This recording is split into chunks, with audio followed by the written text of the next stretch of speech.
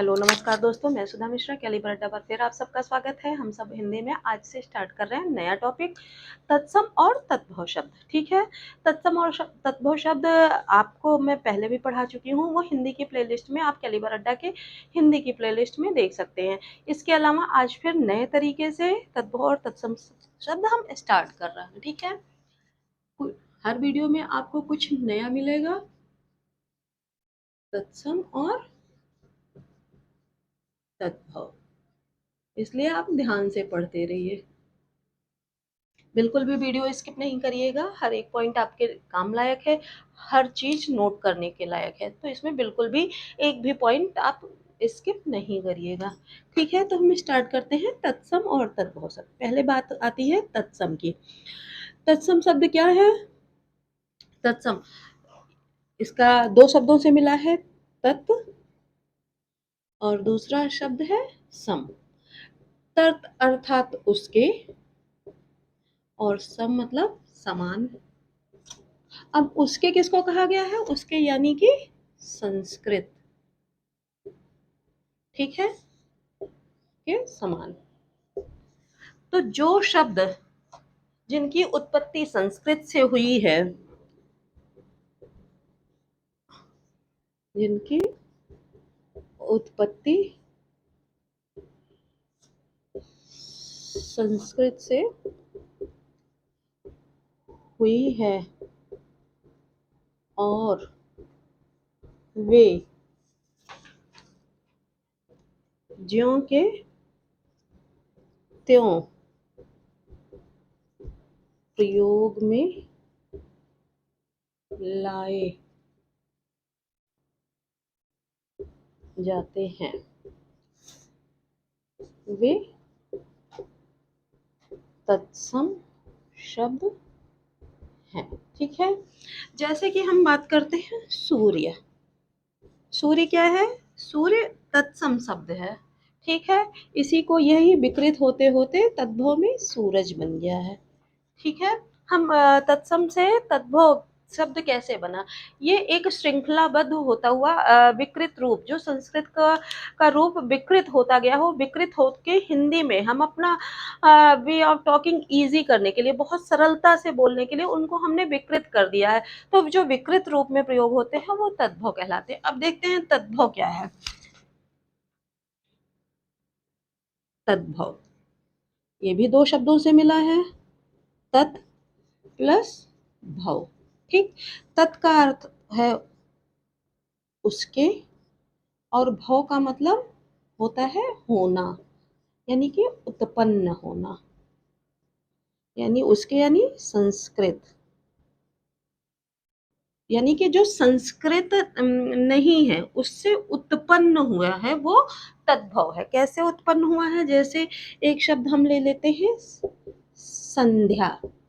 ठीक, ये हमारा तत्सम शब्द है। तो ये इससे उत्पन्न हुआ। पहले हमने कहा, ये सीरियल आगे बढ़ा तो हमने कहा सं, संध्या। संध्या को अपने संध्या बोलने में हमको थोड़ी दिक्कत होती थी, हमने आराम के लिए उसको संध्या बना दिया। फिर धीरे धीरे विकसित होते हुए ये सांझा बना। ठीक, फिर सांझ हमने किया, वो भी हमको थोड़ा कठिन लग रहा था, फिर सांझ किया, सांझ से ये विकसित होके शाम बना। आ गई बात समझ में? तो आज हम इसको शाम के रूप में प्रयोग में लाते हैं। ठीक है, तो ये हमारा संस्कृत का मूल रूप है संध्या, और ये अब शाम बन चुका है। आ गई बात समझ में? तो यानी कि जो संस्कृत से के शब्द हैं और ज्यों के त्यों प्रयोग में आते हैं वे तत्सम कहलाते हैं, और जिन्होंने अपना रूप विकृत कर लिया है और नए तरीके से प्रयोग में आते हैं वे तद्भव शब्द कहलाते हैं। ठीक है, वो संस्कृत से निकल के हिंदी में आ गए हैं और हम अपनी सुविधा के अनुसार हमने उनको विकृत कर लिया है। अब ये कैसे विकृत किया है वो थोड़ा सा हम देखते हैं। इसको मैं रब करती हूँ।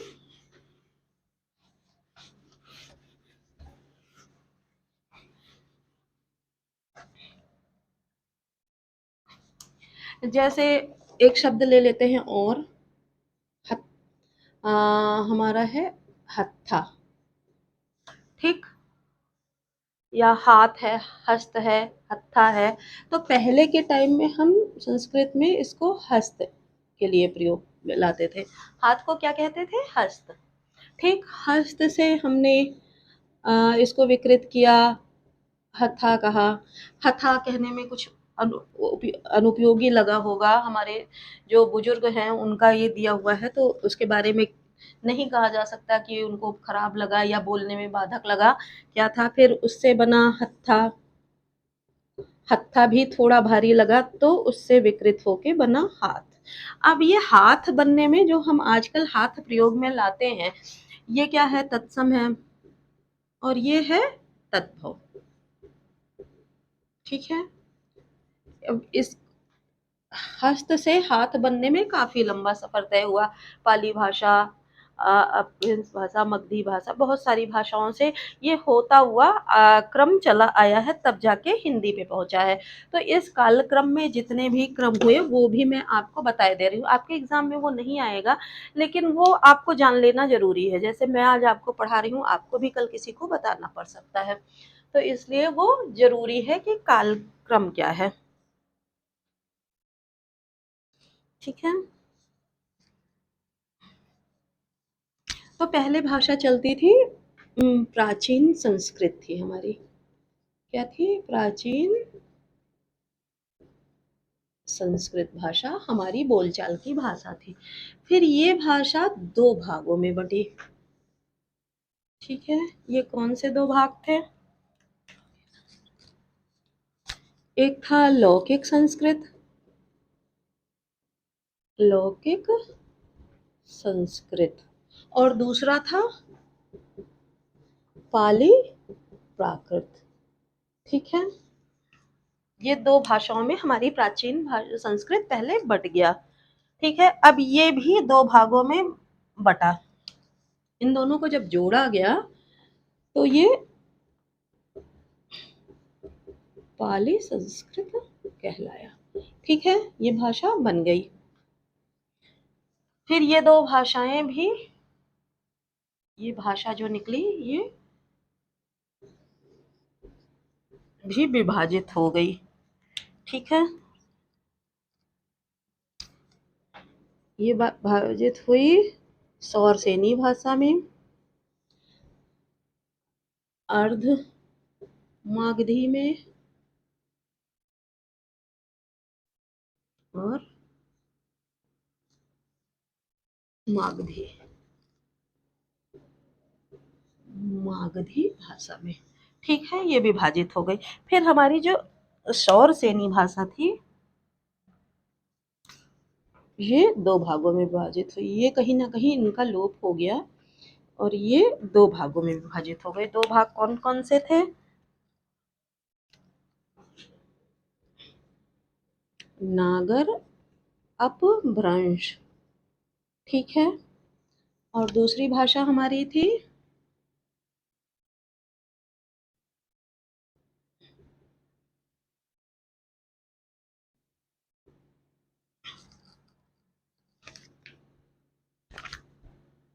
अपभ्रंश। ठीक है। ये अर्धमागधी थी पर अपभ्रंश भाषा थी। ठीक है। अब हमारी ये भाषा भी जो नागर भाषा थी, ये दो भागों में विभाजित हुई। ठीक है। कौन कौन सी दो भाषाएं थी? एक थी ये पश्चिमी हिंदी, और दूसरी थी पूर्वी हिंदी। ठीक है। तो इन्हीं दोनों का मिश्रित रूप क्या था? हिंदी भाषा है। आ गई बात समझ में? तो जो हमारी हिंदी भाषा है वो यहाँ से इतना लंबा सफर तय करते हुए तो इस पे आई है। तो जो ये शब्द है, ये है हमारा तत्सम, और ये शब्द है, ये है हमारा तद्भव। आ गई बात समझ में? तो देखिए, आमतौर पे हम कहते हैं कि हमारी जो हिंदी है, हिंदी की माँ क्या है? संस्कृत है। पर हाँ, हमने आपको वीडियो में पहले भी क्लियर किया है, आज फिर क्लियर कर रही हूँ कि हिंदी की माँ संस्कृत नहीं है। उसके बीच में कई सारी भाषाओं का योगदान रहा है। दादी परदादी, उससे ऊपर की दादी होते हुए भी वो हमारी 6 दादी कहलाएगी हमारी संस्कृत भाषा। यानी हिंदी की माँ नहीं है संस्कृत। चूँकि हम इन भाषाओं पर ज़्यादा ध्यान नहीं देते हैं, ज़्यादा जानते नहीं हैं, तो हम ये नहीं समझ पाते हैं कि हिंदी की माँ कौन है। ठीक है? तो इस तरह से हम देखते हैं, फिर से देख लेते हैं। प्राचीन संस्कृत जो था वो हमारा 2 भागों में विभाजित हुआ, लौकिक संस्कृत में और पाली प्राकृत में। ठीक है? फिर इन दोनों भाषाओं को जोड़कर ही हमने पाली संस्कृत का नाम दिया। ठीक है? कहीं न कहीं संस्कृत और पाली दोनों को मिक्स करके बोला जाता था। ठीक है? जैसे आजकल हम प्रयोग में लाते हैं हिंदी और अंग्रेजी ज़्यादा हमारी भाषाओं में प्रयोग में आता है, तो हिंग्लिश हमने उसको बना लिया। उसी तरह ये पाली संस्कृत भाषा थी। ठीक? तो ये जो पाली संस्कृत भाषा जब कई क्षेत्रों में बोली जाने लगी, तो वो कुछ जगह पे सौरसेनी, कुछ जगह अर्धमागधी और कुछ जगह मागधी के नाम से प्रचलित हुई। ठीक? फिर जो ये हमारी सौरसेनी भाषा थी, इनका कहीं न कहीं लोप होने लगा, कहीं न कहीं ये मिक्स होने लगी। ठीक है? तो ये सौरसेनी भाषा थी, ये इसके साथ मिक्स होके 2 भागों में बँट गई। एक नागर अपभ्रंश और दूसरा अर्धमागधी अपभ्रंश। ठीक है? ये 2 भागों में बँट गई। सौरसेनी के साथ मागधी का समावेश होने लगा कहीं न कहीं। ठीक? फिर तो जो ये नागर अपभ्रंश भाषा थी, वो 2 भागों में बँट गई, पश्चिमी हिंदी और पूर्वी हिंदी। तो पश्चिमी हिंदी और पूर्वी हिंदी दोनों मिलके क्या बनी? हिंदी भाषा, जिसको हम हिंदी खड़ी बोली में प्रयोग में लाते हैं। आ गई बात समझ में? तो ये था हिंदी का विकास क्रम कि किस तरह तत्सम से शब्द तद्भव में बन गया। आ गई बात समझ में? इसको नोट डाउन ज़रूर करिएगा। समझ में नहीं आया है तो कमेंट सेक्शन में एक बार फिर दीजिएगा, तो आपको समझाया जाएगा। अब ये बातें हो गई तत्सम और तद्भव की। हमने परिभाषाएं भी जान ली कि तत्सम किसे कहते हैं और तद्भव किसे कहते हैं। कुछ एक पॉइंट है नोट करने के लिए, जो आप नोट कर लीजिएगा कि हिंदी शब्द समूह में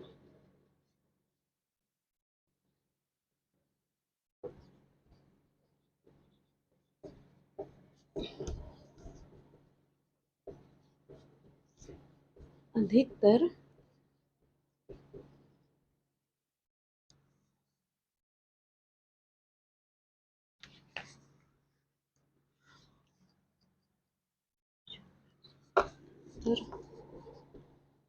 संख्या उन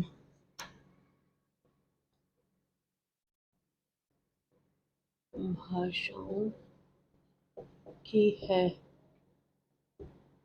जो प्राचीन आर्य भाषाओं से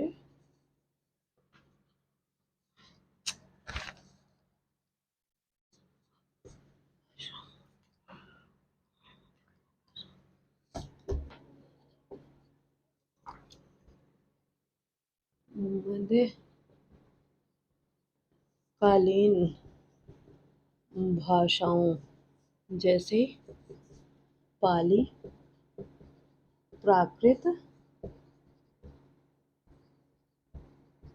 अपभ्रंश में से हैं। ठीक है? जो हिंदी शब्द समूह में जो अधिकतर संख्या है, जिसको हमने हिंदी बताया कि लास्ट हमारा हिंदी था, तो उस समूह में अधिकतर संख्या उन भाषाओं की है जो कहाँ से आए हैं? प्राचीन आर्य भाषाओं में से मध्यकालीन भाषाएं जो है पाली, प्राकृत और अपभ्रंश है, उनमें से हैं। इसी कारण इन्हें 3 भागों में बाँट सकते हैं। ठीक है? पहला क्या है? पहला है पाली परंपरा से आए हुए। पाली परंपरा से आए हुए कैसे? जैसे कि हम कहते हैं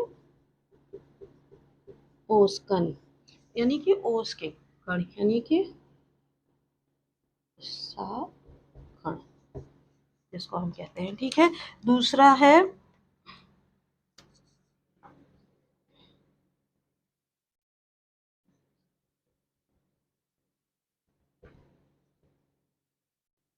परंपरा से आए हुए। ठीक है? जैसे कि हम कहते हैं मुठिका, यानी कि मुट्ठी, जिस तरह से हम प्रयोग में कर लाते हैं। या तीसरा हम कह सकते हैं कि प्राकृत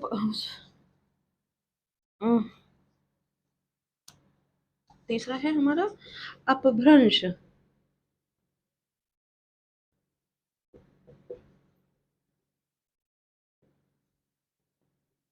परंपरा से आए हुए, जैसे गाल, छाती आदि, ये सारे शब्द हैं जो अपभ्रंश परंपरा से आए हुए हैं। ठीक है, तो इस तरह से जो हमारे हिंदी शब्द समूह के ज्यादातर शब्द जो हैं इन्हीं तीनों परंपरा से आए हुए हैं, या तो पाली से, या प्राकृत से, या अपभ्रंश से। ठीक है, इसको नोट कर लीजिएगा। इसके अलावा मैं पहले इसमें आपको जो हमारे नियम हैं तत्सम और तद्भव शब्दों के, ठीक है, तत्सम और तद्भव शब्दों की श्रृंखला तो इतनी ज्यादा है कि अगर आप याद करने पे आ जाएंगे तो बहुत ज्यादा शब्द हैं, उनको याद करना नामुमकिन है। मैं आपको कह दूं कि मैं कोई जादू की छड़ी घुमाने वाली हूँ, आप उसको से तुरंत आपको याद हो जाएगा, सारी चीजें कंठस्थ हो जाएंगी, आप बिल्कुल बोलते चले जाएंगे, कहीं भी कुछ आएगा, तो ऐसा कुछ नहीं है। ये तो आपको बरगलाने वाली बात हो गई, यहाँ बरगलाने वाली बात कुछ नहीं है।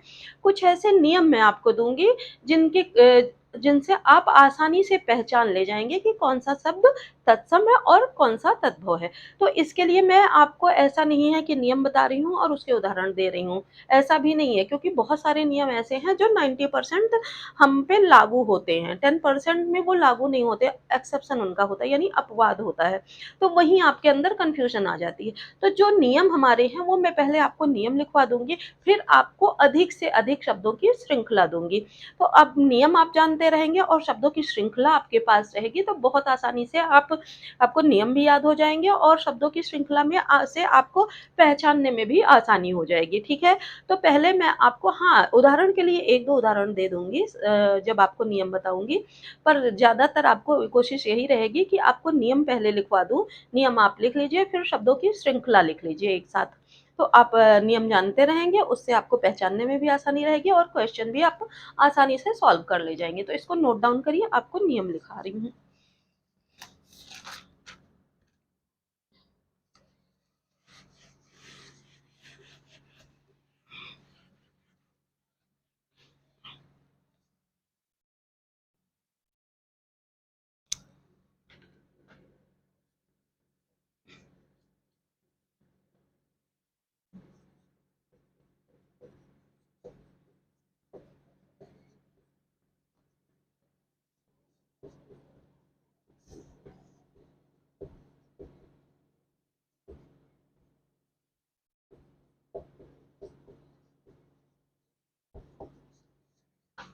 ठीक, पहला नियम,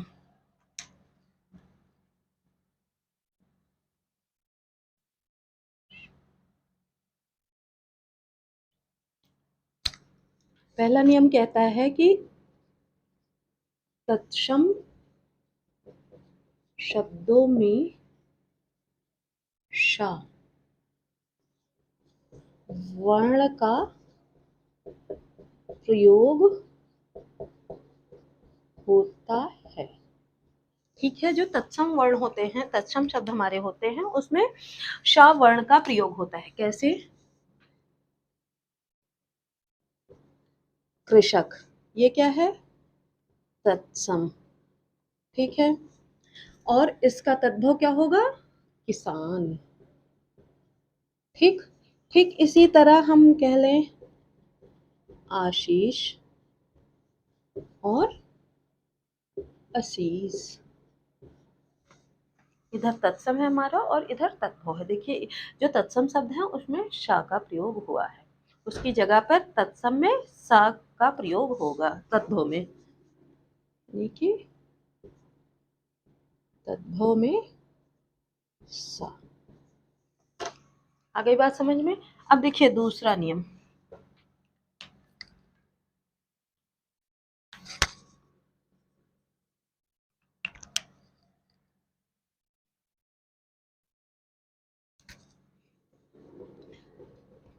तत्सम शब्दों में री की मात्रा का प्रयोग होता है। ठीक है, कैसे देखिए,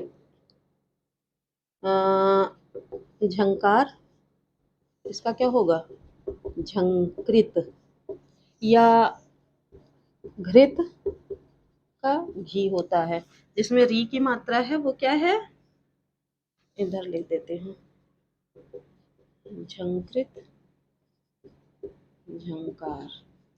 ठीक, पितृ, पिता, देखिए ये जो अंडरलाइन है ये सब तत्सम शब्द है, इसमें री की मात्रा का प्रयोग है।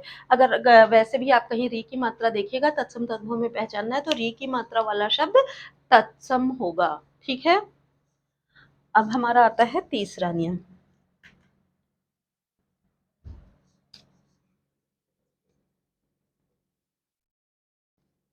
तत्सम शब्दों में रा की मात्रा का प्रयोग होता है, जैसे कि अर्पण, अर्पण, या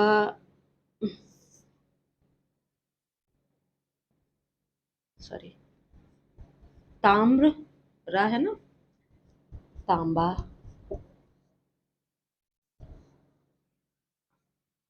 आ गई बात समझ में। अब हमारा है चौथा नियम। चौथा नियम कहता है तत्सम शब्दों में त्रा का प्रयोग होता है। कैसे देखिए, जैसे कुपुत्र तो कपूत, यत्र यहाँ, इस तरह से त्रा का प्रयोग हुआ है। अगर आपको ऐसे शब्द मिल जाए और तत्सम पहचानना हो तो त्रा का प्रयोग हुआ है वो तत्सम शब्द है। जिसमें ता का, त्रा को ता दर्शाया गया है या त्रा का प्रयोग नहीं है तो वो तद्भव शब्द होते हैं। ठीक है, इनको नोट डाउन करिए, आगे के शब्द आपको बताती हूँ।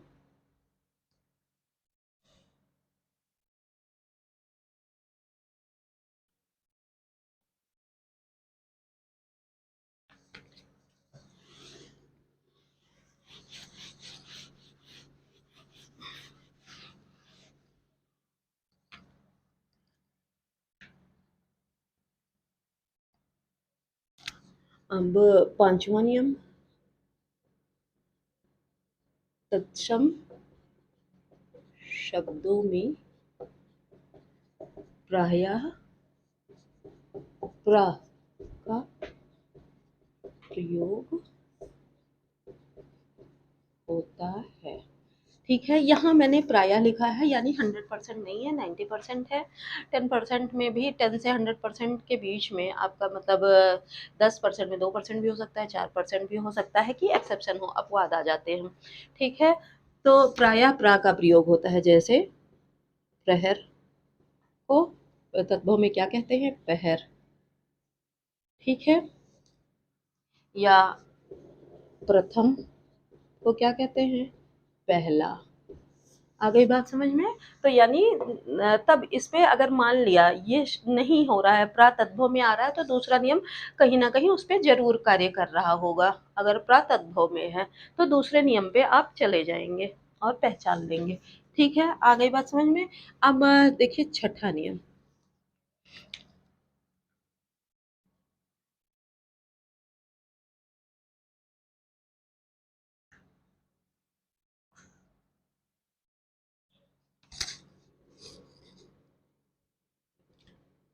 तत्सम शब्दों के पीछे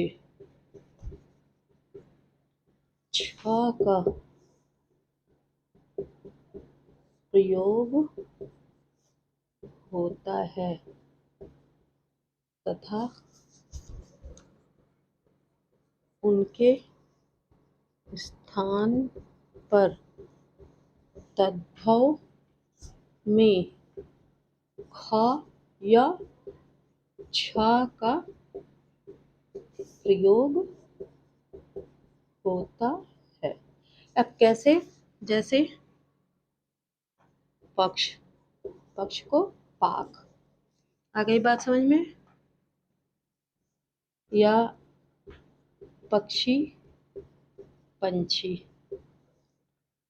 देखिए खा का प्रयोग हो गया यहाँ छा के स्थान पे, यहाँ छा के स्थान पे इस छा का प्रयोग हो गया। तो इस तरह से पीछे में प्रयोग होता है। इस छा की जगह या तो खा प्रयोग होगा या इस छा की जगह ये छा प्रयोग में आएगा।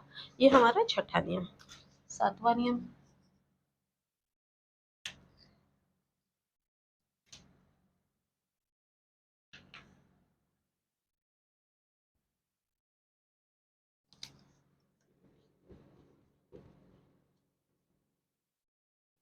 तत्सम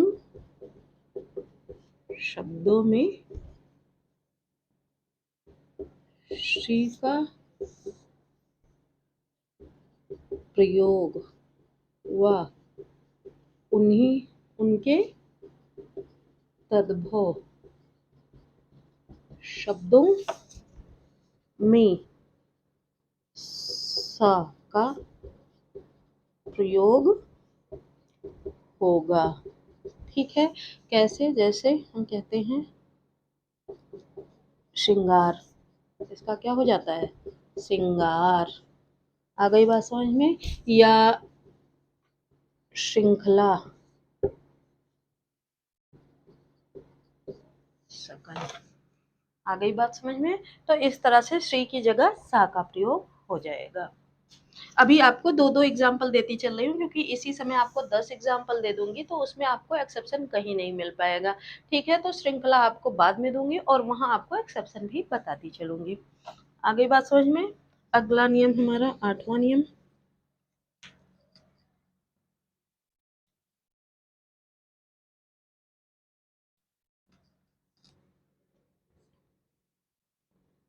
तत्सम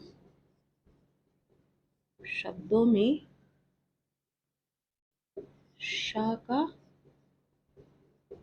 प्रयोग होता है और उन्हीं के तद्भव शब्दों में सा का प्रयोग होता है। ठीक है? जैसे शिष्य। ठीक?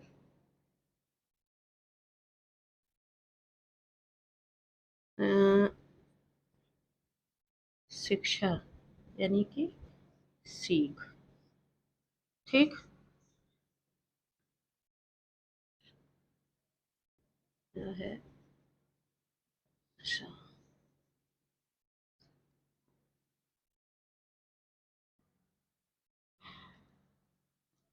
कह लेते हैं शब्द को शब्द या